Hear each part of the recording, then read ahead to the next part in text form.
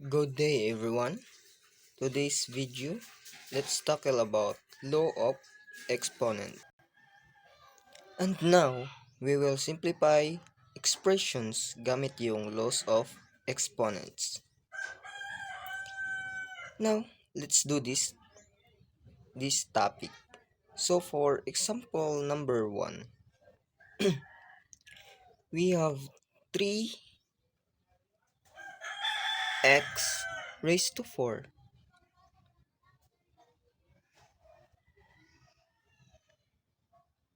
and y raised to negative 2 over 12x and y raised to 3.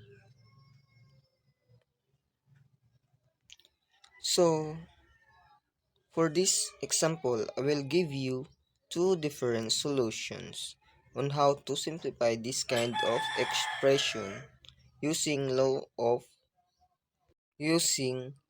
of exponents. So, for the first solution,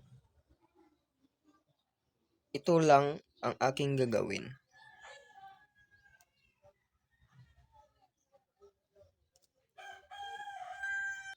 So, una, we need to simplify 3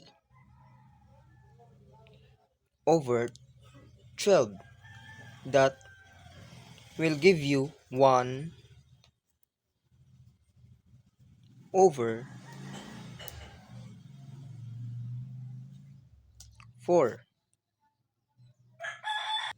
And then, for the variables, since the base are the same, we can simplify this variable exponent as a x raised to 4 minus 1.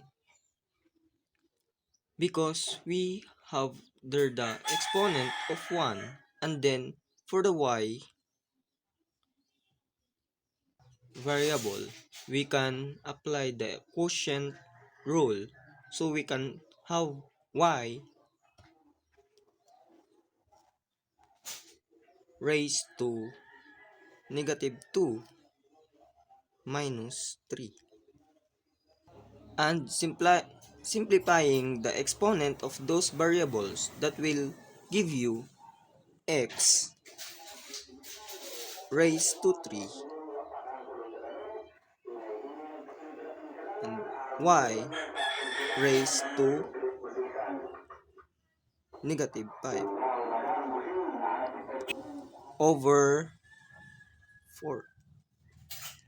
Since ang ating coefficient no 1 ay 1, ginawa nating annotations invisibles, and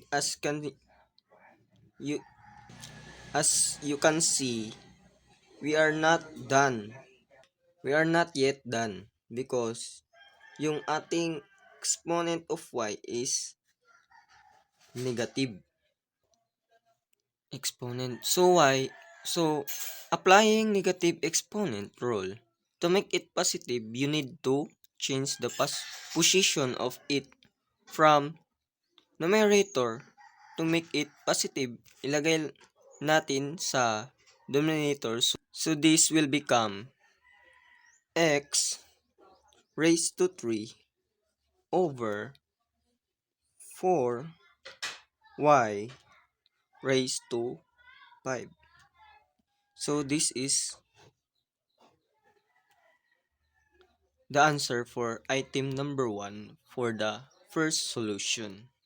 At sa ating next solution naman, we can get same answer pero may ibang process. So try natin ang example number 1 natin for the second solution. So again, simplifying 3 over 12, this will give you 1 over 4.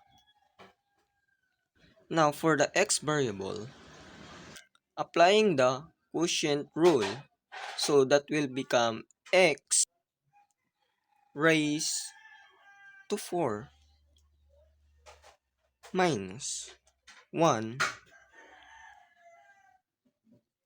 And kung mapansin nyo, itong y natin sa numerator has negative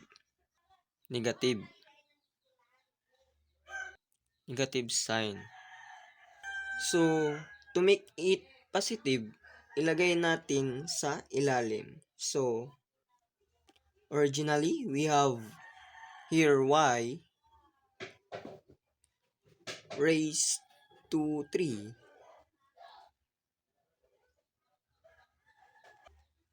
times y squared. And then, so ito na naman, we can simplify our numerator. You have x raised to 3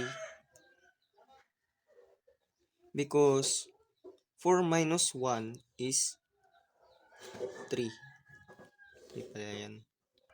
And then, for denominator, you can have this 4y. 4y. And then, exponent as 3 plus 2. And simplifying this, it will also, its final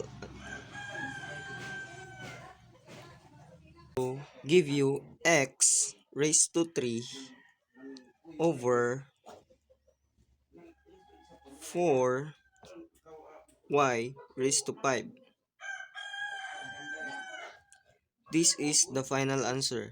At kung napansin nyo, parehas lang silang dalawa.